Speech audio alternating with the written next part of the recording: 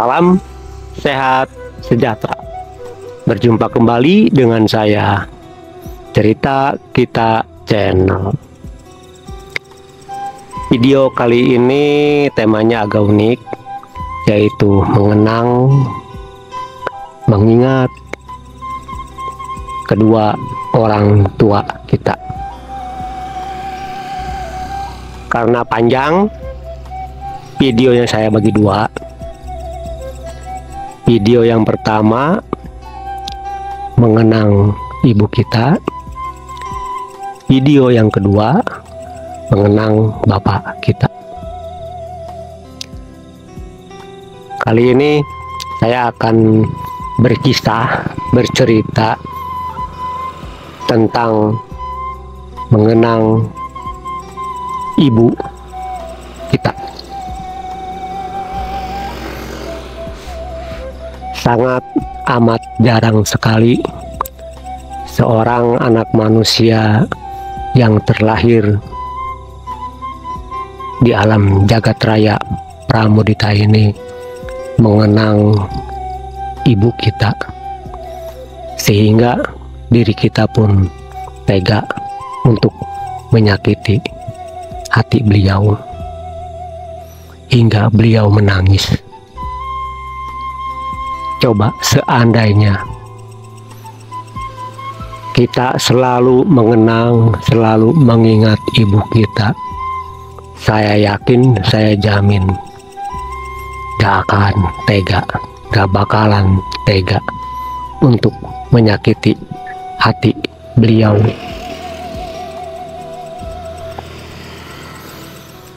Coba renungkan. Sebelum merenung, sebelum mengenang, yang belum subscribe silakan subscribe dulu, dan jangan lupa yang belum tekan loncengnya, tekan juga loncengnya. Jika video ini mengena, menusuk hati kita, silakan like, silakan komen. Oke, yang sudah subscribe saya ucapkan banyak-banyak terima kasih. Dilanjut ceritanya. Marilah kita mengenang di saat kita berada di dalam kandungan ibu kita. Baru usia 3 bulan, 4 bulan, ibu kita sudah mulai tersiksa. Perut sudah agak membuncit, walaupun masih kecil, tapi ibu kita sudah tidak merasa nikmat tidurnya. Mau tengkurap, perasaan perutnya ada yang mengganjal. Tidur telentang, pastilah pegel. Tidur miring, seperti ada yang ganjal. Setiap tidur harus telentang, itu baru tidur. Belum lagi di saat pagi sampai sore, sampai malam lagi, ibu kita masak, pasti muntah. Muntah tapi gak keluar, wak oek mau, karena ibu kita sedang mengidam kita. Mau makan baru berapa suap, wak oek lagi. Pasti sangat amat tersiksa sekali ibu kita. Inginnya sesuatu yang tidak ada di rumah. Ingin mangga muda lah, padahal belum musim mangga. Ingin duren lah, padahal belum musim duren. Terus mencari-cari sesuatu yang ada di rumah.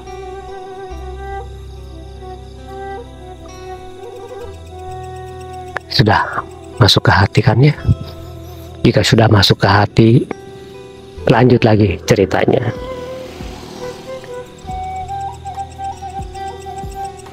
Coba kita terus mengenang tentang ibu kita. Ibu kita yang dulu terlihat cantik oleh bapak kita, kini mulai terlihat kusut. Habis mandi gak pernah merias diri, rambut acak-acakan, gak pernah pakai bedak lagi.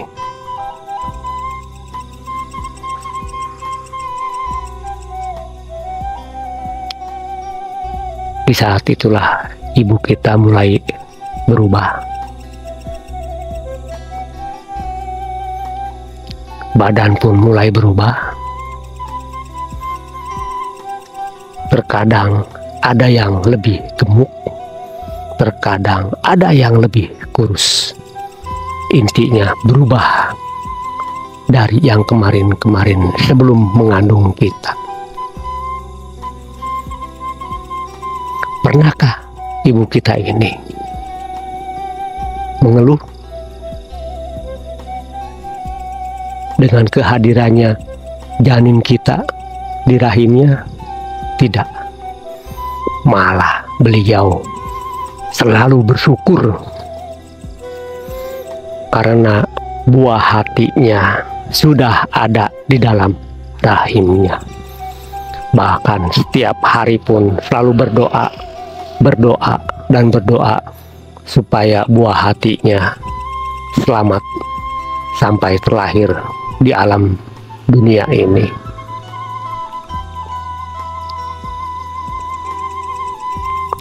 Saat perutnya sudah mulai membesar, sekitar 6 bulan, 7 bulan, semakin tampak membuncit. Celana jeans pun sudah tidak muat lagi, mau nggak mau harus berdaster. Tidur pun semakin tersiksa. Entah apa yang dirasakan oleh ibu kita. Kita tak akan pernah merasakannya. Yang tahu, yang merasakan hanyalah ibu kita sendiri.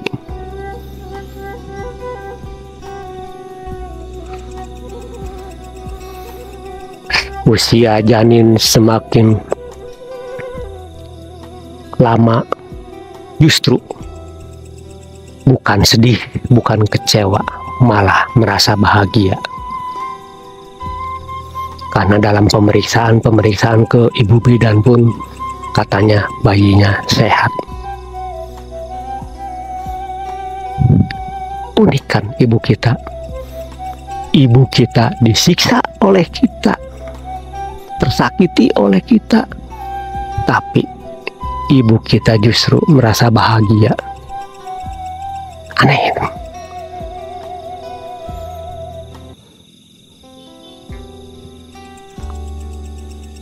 Aneh kan ya?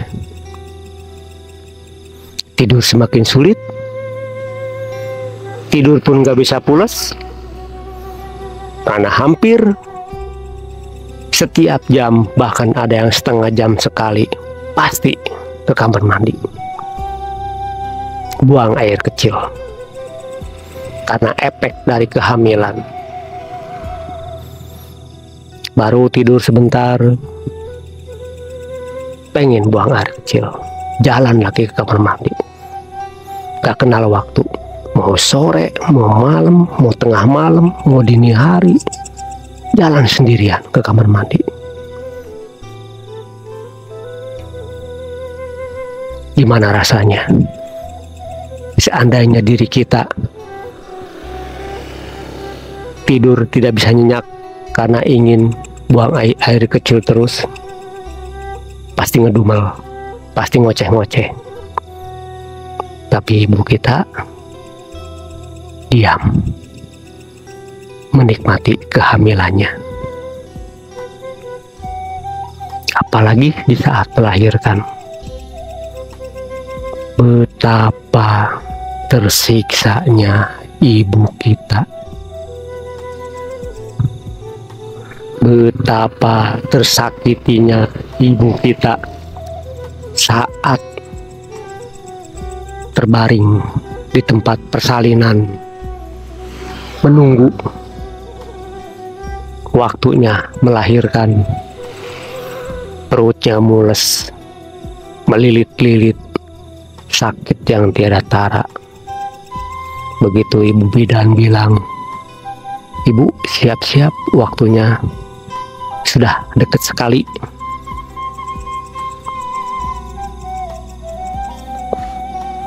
Di saat itulah ibu kita berjuang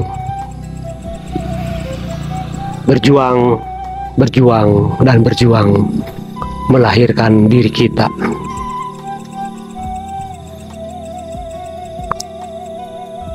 Dengan penuh harapan bayinya, yaitu diri kita, terlahir dengan selamat. Ibu kita tidak pernah memikirkan akan selamat atau meninggal. Yang ada di pikirannya, yang ada di hatinya adalah keselamatan bayi, keselamatan diri kita, yang selalu diharapkan, yang selalu diimpi-impikan.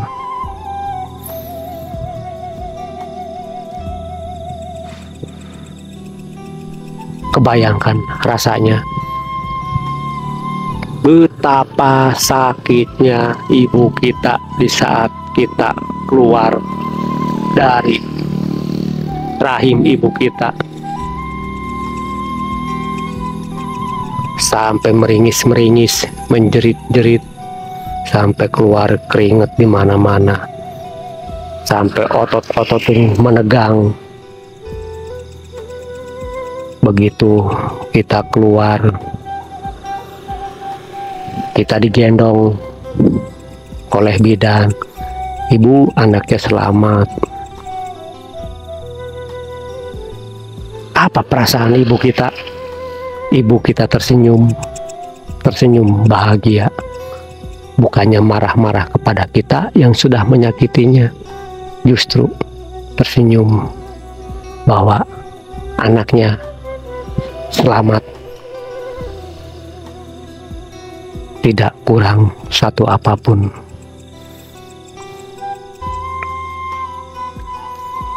Tapi nyatanya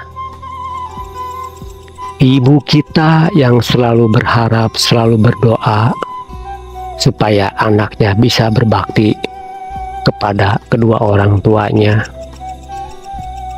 justru kita malah sebaliknya. Mentang-mentang kita sudah besar, ibu kita pun sering kita bentak-bentak, sering kita marahin, sampai kita pun sering melototin ibu kita saking marahnya.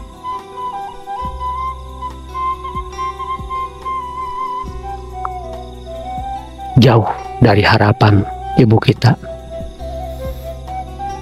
Ibu kita selalu berharap kita ini harus bisa berbakti kepada beliau.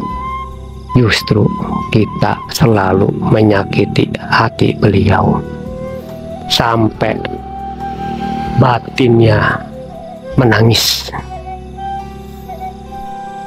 sampai hatinya menjerit menyaksikan diri kita yang selalu membantah beliau, membentak-bentak beliau, marah-marah kepada beliau. Betapa sakitnya.